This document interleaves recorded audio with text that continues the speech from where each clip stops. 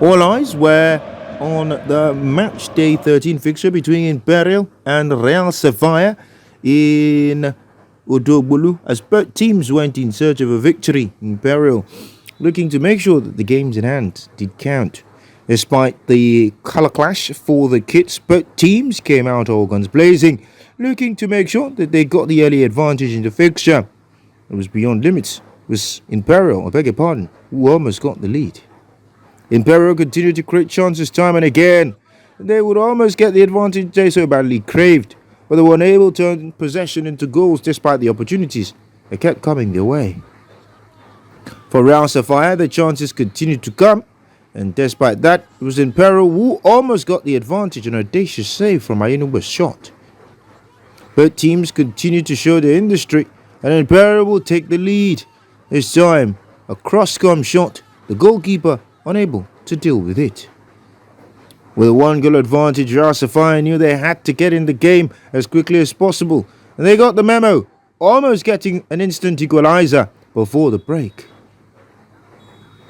But the game was tied. What was not tied, it was Imperial who had the advantage in the first 45, and Real Sapphire were looking to tie things up in the second half. It didn't take long for them to let everyone know what their intentions were.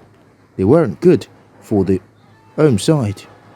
But soon, Imperial would almost get a second goal themselves, putting dangerous balls into the box and creating opportunities that made the visitors themselves question whether they would be able to get something in this game. Real Sapphire continued to create chances, one person proving more important than the other. Chances continued to come, and they would almost make it 1-1. 1-1 it would be. A delightful finish after a well-taken ball down the right. With the game tied at 1-1, opportunities continue to come. Real Sapphire putting themselves in dangerous positions in the attacking phase of the game. As time ebbed away, they continued to create chances, and Real Sapphire would almost make it 2-1. And definitely they would. A well-worked move in the box, defence having no answers, and a shot that hit the base of the net. However, the home side were not going to take that 2-1 lying down. They would go for the jugular immediately, looking for an equalizer. The call would come after a digital assistant review, penalty to Imperial. They would miss the penalty subsequently, the goalkeeper guessing the right way. All hands on Ed. There were still minutes and football to be played.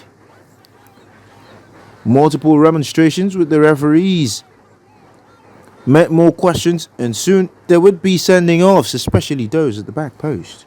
Real Sapphire went in search of a third goal as they sought to kill off the game, and despite the chances that came and the referees' chants and pleas from the away side, they would get the penalty, dispatching it to take a 3-1 lead. It was game, set and match.